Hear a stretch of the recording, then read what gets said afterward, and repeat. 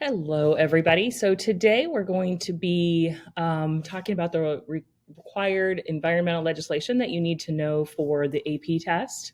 So I'm going to run through this so that you guys can do this sort of at your own pace during class today. You will want to write down all of the basic information about the different laws. You may not need to write every word that is on these slides, but you should know what each of these laws sort of like not necessarily when they were created, but you should know, sort of why they were created, what they say or what they do, and then also what the results have been. So, looking at how environmental laws work, you probably know this from social studies, whether you've taken, I'm sure you've had classes with government in it before. But we start with the federal government, and there's the three branches: the executive, the legislative, the judicial. The executive branch is made up of the EPA. And so the EPA is the governing body for all environmental areas. So EPA stands for Environmental Protection Agency, and basically it interprets the laws that are written by the legislative branch and writes the rules to govern those laws or to go along with those laws. So certain laws are actually enforced on a federal level. So for instance, like the train derailment that was in Ohio recently, that would have been something where if the company violated any of the laws, then the federal government, the EPA, would step in and enforce those laws, whether they gave them fines or placed restrictions or regulation on that company or whatever. Okay. The legislative branch, again, is who initiates legislation, and they will make sure that laws are passed. And so basically those laws and legislation begin in committees. So committees review those laws, they amend them as necessary, they may draft new laws. That all happens within the legislative branch. And then the judicial branch is responsible for individual states that take the law and pass. Oh, actually, no, I take that back. Congress initiates that legislation. Let's go back to the legislative branch. Congress initiates the legislation, passes a law, and then the states will look at that law and decide how their state is going to interpret that law. And then they have agencies within themselves at the state level that take those rules from the EPA and then enforce those laws throughout their state. So that's kind of how things work. The judicial branch really isn't responsible for anything other than if a case is taken to court, obviously, and then it would work its way through the judicial system. So here are some enforcement options in terms of regulation. So whether that enforcement is at the state level or the federal level, but you can look at these terms, and I'll just quickly go through those. Conservation means that it's actually stands for like those management of resources. Preservation means that you can't disturb an area. So we're talking about state parks, national parks, that sort of thing. Or wildlife preserves. There's lots of wildlife preserves throughout the country. Restoration means you return an area to its original condition, which isn't usually very realistic. It's very costly, as we talked about with coal mining. When we have that reclamation of coal mined lands, it's very expensive, as you guys remember from doing that cookie lab, but it's also not perfect. I mean, you're not going to get the land back to its original form. Mitigation means that you repair any affected area. So that's what was happening after the train wreck or derailment in Ohio. They were trying to mitigate the area. So in that case, I'm sorry, that's actually probably more reclamation as I'm sitting here thinking about it. Mitigation would mean you really can't repair an affected area. Like, for instance, if we build new construction in the farmland that we see around Fishers, because we've destroyed a wetland, we have to mitigate another wetland. We have to recreate basically another wetland someplace else.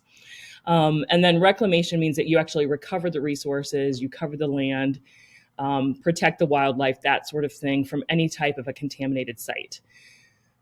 So that can even mean as something like the train derailment in Ohio, all the way to like recovering metal from electronics so that we can use that metal again. We can recycle that. So recycling kind of falls under that reclamation piece.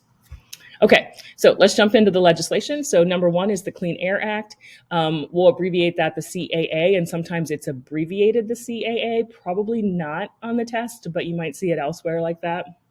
And so first, what kind of started our push, Americans' push to get the Clean Air Act was one thing in Pennsylvania, at least, was that there was such severe smog in 1950 that buses couldn't even run without guides holding lanterns. So there were people standing on the front of buses, sort of holding a light or a lantern so that they could see, or help see like the bus itself, so that when people were looking out for the bus to stop at the bus stop, they could see the bus coming.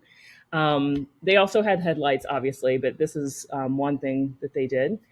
And then also we've talked about the severe smog in LA and different parts of the country as well. And so that's why they decided that the Clean Air Act was necessary. The original Clean Air Act started in 1963. And Congress passed a much stronger Clean Air Act 7 years later. And this was the same year that the EPA was created by Congress to carry out the law of the Clean Air Act. Basically, we had industrial companies that were not following the law, producing a lot of smog, and putting a lot of chemicals into the air, which we're still dealing with even today. And then the Clean Air Act actually reduced air pollution nationwide. And then in 1990, Congress revised the Clean Air Act yet again, and these revisions will continue to take place as we go along. And we actually already talked about this, that there's more, we learned even more about air pollution during our air pollution unit. So you may want to definitely look over some of those chemicals that go along with air pollution. And I'm not going to get into that right now, but make sure that you know that information as well. The other thing is the EPA, when it was created, had the authority to establish regulatory goals. So these are our goals for the next 10 years or whatever timeframe they set up. And then there are certain standards that companies have to meet. Standards for 50 industrial processes were developed. So 50 different things that are happening throughout the country within industry were actually given standards that they needed to meet as part of the requirements under the Clean Air Act. There were 189 pollutants that were initially regulated. I'm not sure of that number at this point. I'm not sure if that's gone down because we've eliminated some of those chemicals, or if we continue to add more. I would have to look into that. But there also are some permit requirements that were established for companies, and criminal sanctions are actually in place for non-compliant industrial or manufacturing companies. And then they also set up the National Ambient Air Quality Standards, or the NAAQSs, which is where we got those primary and secondary standards for each pollutant that we talked about in Unit 7, I believe, to protect the public health. And then we also developed air quality control regions. Those were established as part of the Clean Air Act. So there's various regions where we look at the air quality and then determine what whether or not they're meeting standards. And then if they're not meeting standards, we come up with these state implementation plans, or SIPs, where states are given the task of setting their regulatory structure so that they can achieve those NAAQSs. Okay. You can see a graph here from 1970 when the Clean Air Act was put into place. We're looking at SOxs and NOxs, and then from 1970 to 2020, you can see the reduction in million tons per year of these pollutants and how it's decreased from 30, and we're getting really close with the SOxs at least.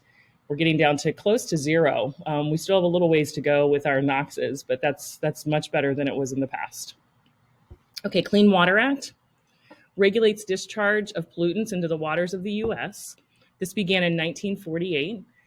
There were times when raw sewage has just been dumped into the ocean, and that's still sort of happening in some areas, but it's getting better, and that sewage is not necessarily raw anymore, but they do have to regulate what exactly is being dumped. There were amendments, and the Clean Water Act was significantly reorganized in 1972. So you can see a trend here in the 70s.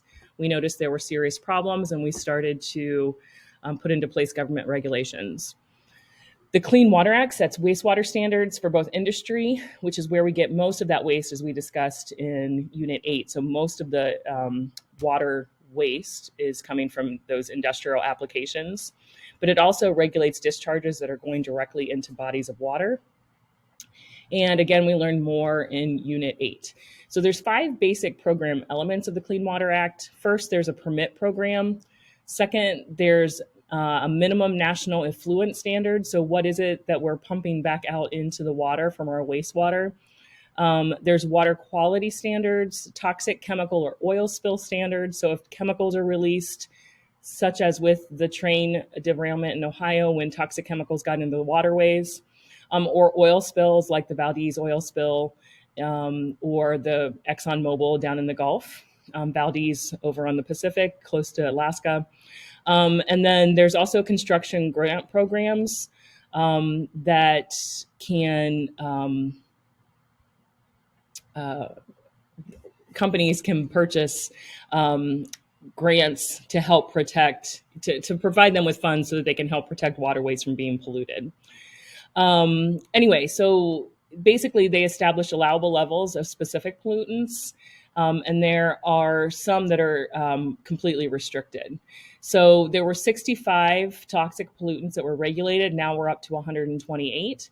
There's effluent and pretreatment guidelines that were established. So that stuff that we're putting back out into the waterway, that effluent waste that is going back out, has guidelines, as well as how we pre-treat water that we're going to use.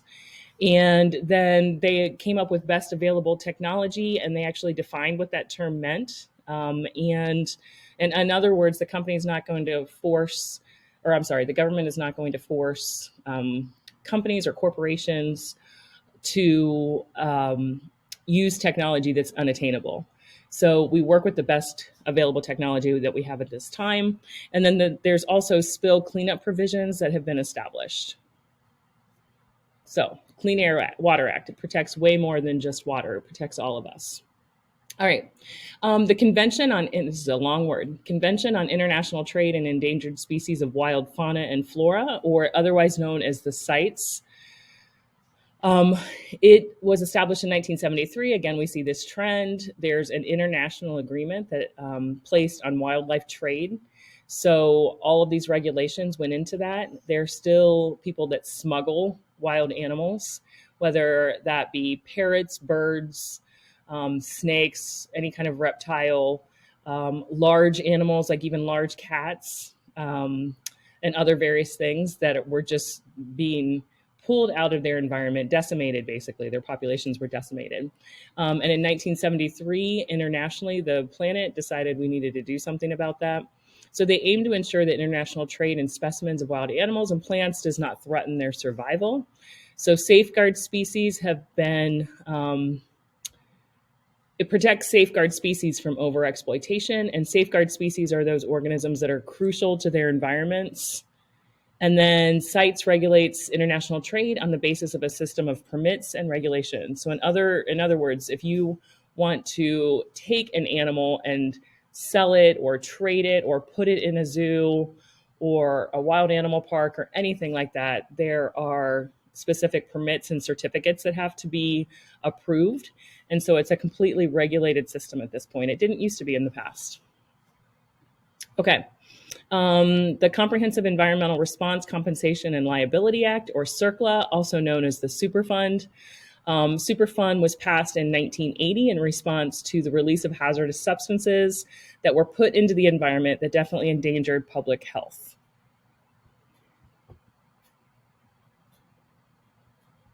Okay, so I'm going to